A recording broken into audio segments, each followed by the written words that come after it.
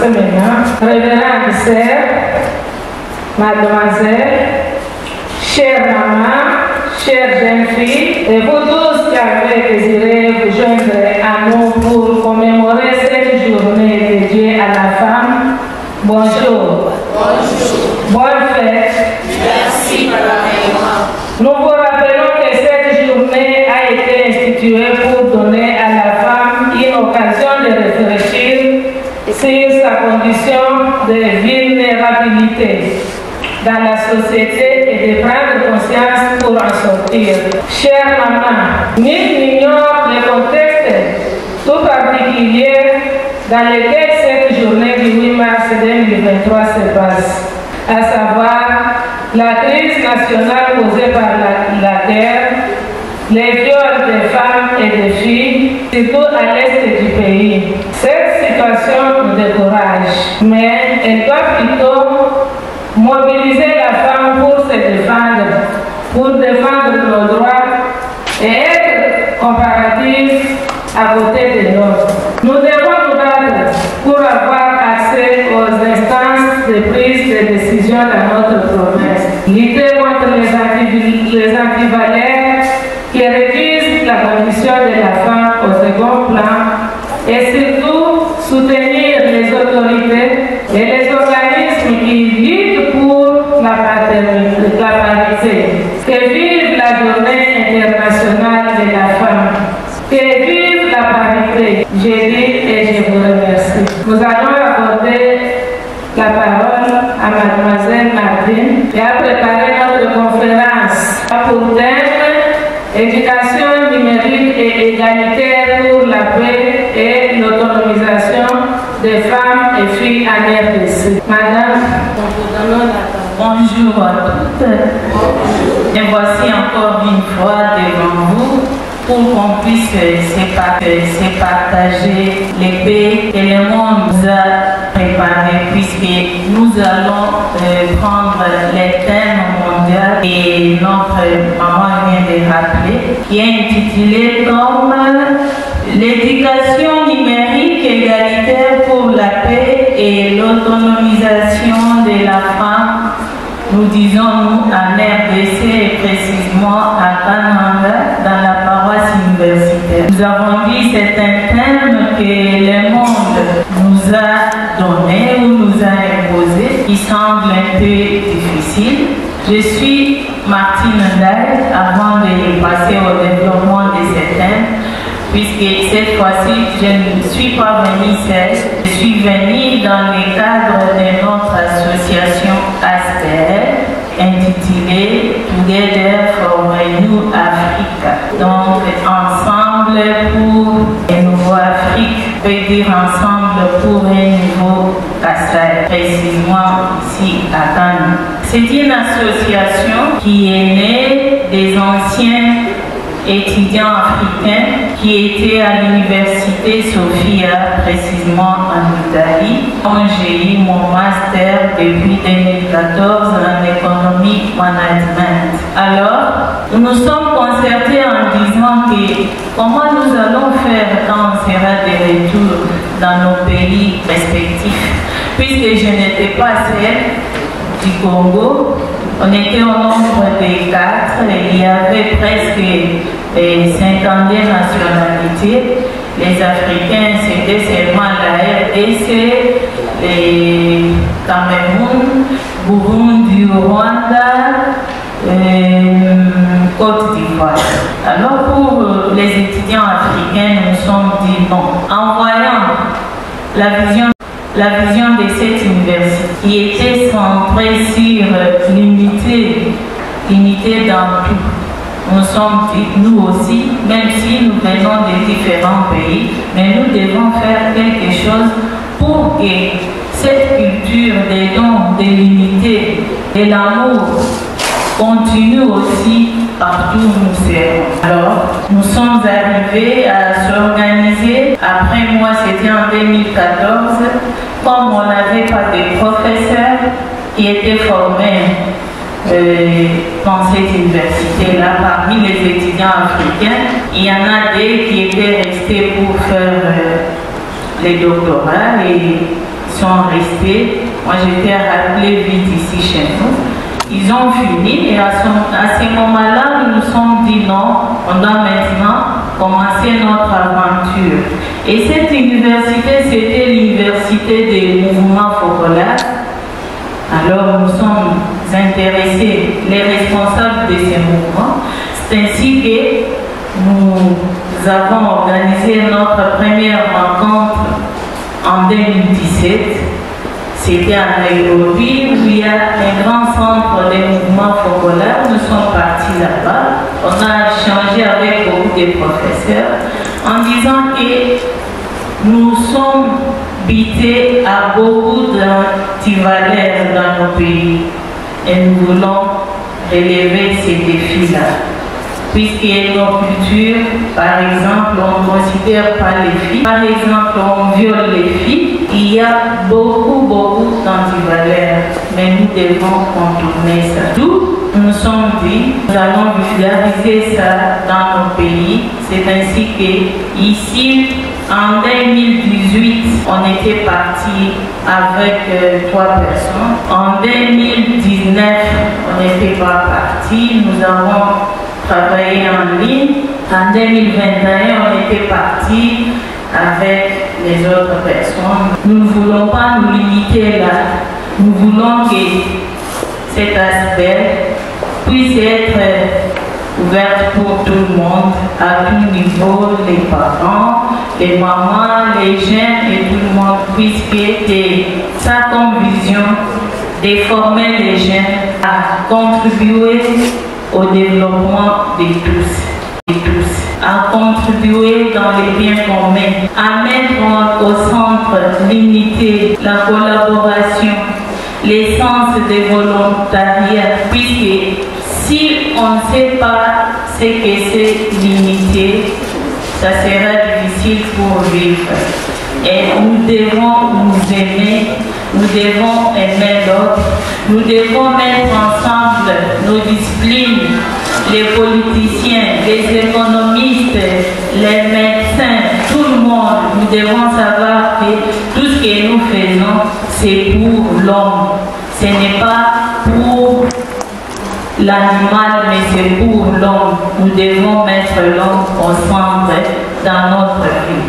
Alors, par rapport à ce thème aujourd'hui, nous aurons des intervenants qui vont passer progressivement pour vous présenter, pour développer ce thème. Et je dis et je vous remercie. Donc, c'est M. Clément Hérault Katawa qui va nous parler de l'éducation numérique égalitaire pour la paix et la colonisation de femmes et filles en RDC. M. Clément.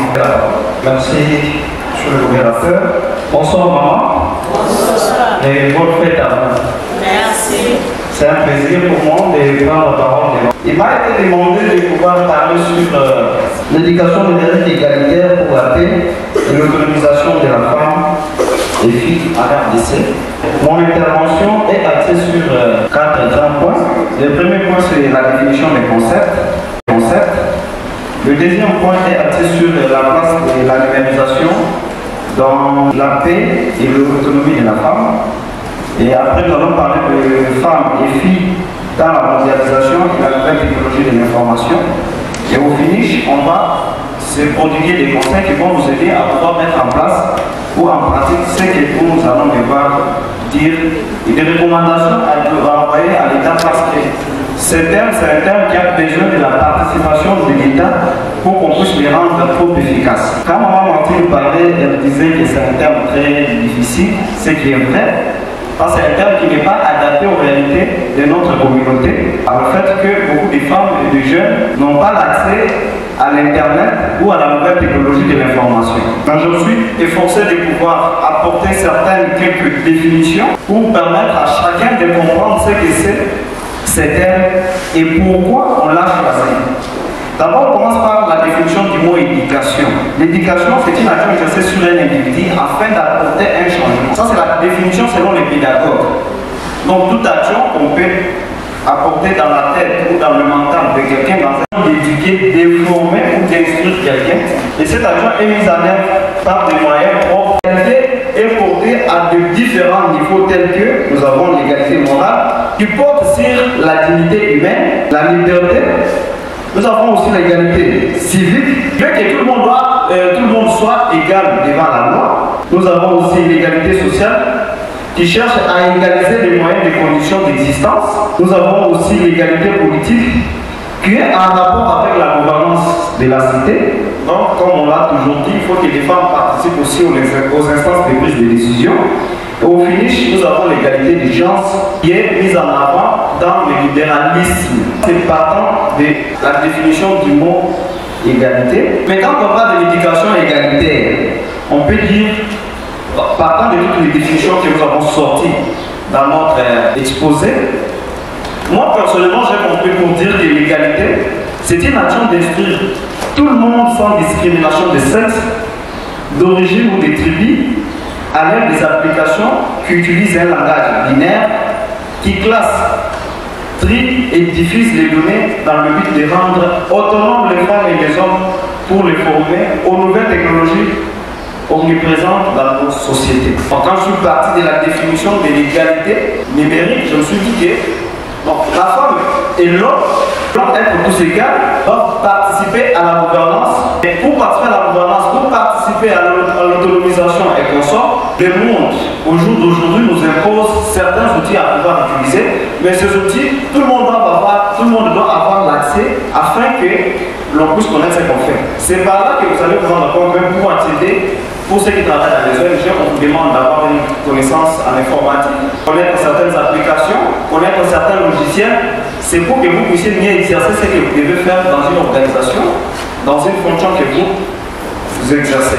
Maintenant, on veut parler de la paix. C'est quoi la paix?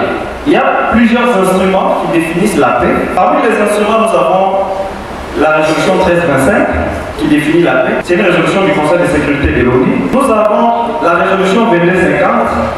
Bon, je rappelle bien que la résolution 1325 parle de femmes.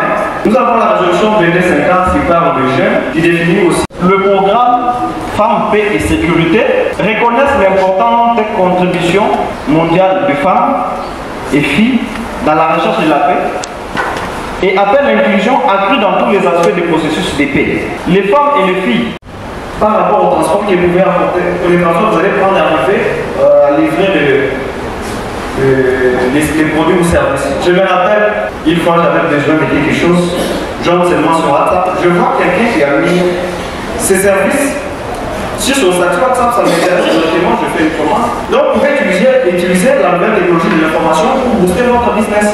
Au lieu que vous puissiez, il y a d'autres qui n'ont pas de boutiques sur la ville, là sur le business, je peux se voir sur les réseaux sociaux, directement les gens voient, ils écrivent, on a besoin de tels produits, et directement ils partent livrer. Ça vous permet aussi de réduire certains coûts en termes d'essais que vous devrez payer par rapport au loyer, par rapport à d'autres choses qui peuvent venir. Les gens que vous pouvez engager sur place, qui devraient vous prendre beaucoup, mais à travers la nouvelle technologie de l'information, vous pouvez les faire à moindre coût. Et c'est avantageux pour vous parce que l'avantage que vous mettez va vous profiter. Vous pouvez utiliser le transport par exemple à 500 francs, mais curieusement, vous dites à la personne qui doit acheter que quand on vient vous livrer les produits chez vous, vous devez nous donner par exemple des milliers. Et donc, aujourd'hui, nous devons faire un bon usage du numérique. Nous devons pas prendre nos téléphones comme le moyen de faire seulement des appels, mais nous devons nous rassurer que le téléphone que nous avons, c'est un grand outil qui va permettre à ce que l'on puisse booster notre économie.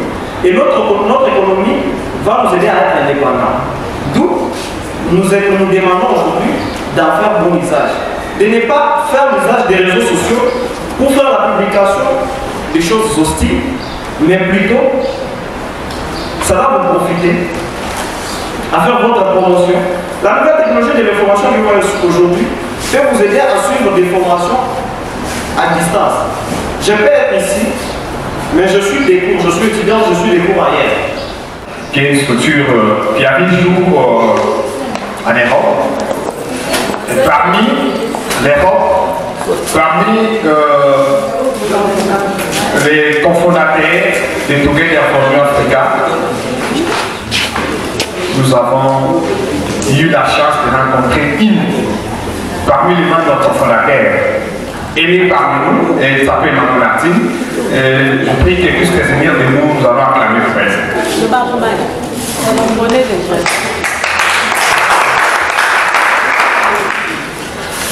C'est quoi Together for New Africa? Together for New Africa, c'est une initiative des étudiants africains qui se sont retrouvés en Europe pour faire des études, pour étudier. Certains pour la licence, les autres pour les masters, les autres pour le doctorat, autres. Après les études, ils étaient presque à la fin de leur cycle. Mais ils se sont dit, aujourd'hui, on est en Europe, on fait les études, nous allons finir, on va rentrer chez nous en Afrique pour travailler. Mais comment nous irons exercer ce que nous avons appris? Comment nous irons mettre en évidence nos compétences requises là où nous sommes venus? On peut travailler, c'est pour le bien privé, mais pour la communauté, qu'est-ce que nous allons faire? Ensemble, les Africains ont raisonné, se sont décidés de mettre en place quelque chose, qui aujourd'hui, quelque chose qu'on appelle aujourd'hui Together for New Africa. Vous voyez, moi je suis en t-shirt de Together for New Africa et quelque chose là interprété en français, et vous voyez. Nous avons vu. Là c'est pour les Kassai, mais ça existe à travers le monde. Au Kassai central, la mission de Together était quoi? Plus c'est basé pour les catholiques, parce que là où c'est venu, c'était juste pour les catholiques. Mais en élargissant l'idée, nous sommes dit, dans la société, il n'y a pas que les catholiques. Il y a les musulmans, il y a les bouddhistes, il y a les protestants, il y a les gens des polos, et que sais-je encore. Comment encadrer tous ces gens? Il faut les ramener quelque part chez Together for New Africa. Qu'est-ce qu'ils viendront faire chez Together for New Africa? Together forme les leaders, les gens, les actionnaires, les gens qui recoupent, les gens qui viennent avec les idées, les gens qui innovent, les gens qui apportent un plus dans la communauté. C'est ça l'idée, c'est ça le point focal, c'est ça l'initiative, c'est ça le pourquoi Together existe. C'est pour former des leaders qui s'assoient sur le plan politique, sur le plan social, sur le plan religieux, sur le plan, que sais-je encore. Donc chez Together, on forme des leaders. La structure avait joué en Europe, mais vous vous en doutez, le siège national ou le siège international se trouve en Afrique, précisément en Nairobi. Mais le truc avait joué en Italie, mais le siège national se trouve en Afrique, précisément en Nairobi. Pourquoi? C'est parce que c'était les étudiants africains qui s'étaient réunis pour créer cette histoire et puis les ramener en Afrique. Mais ailleurs, ça existe. En Europe, ça existe. En Italie, ça existe.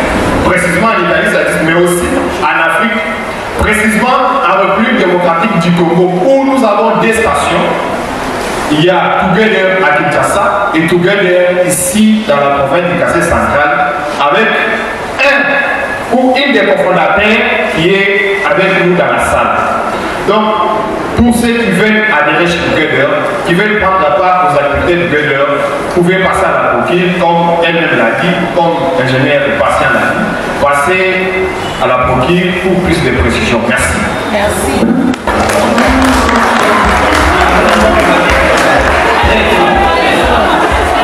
L'avantage qu'il a pensé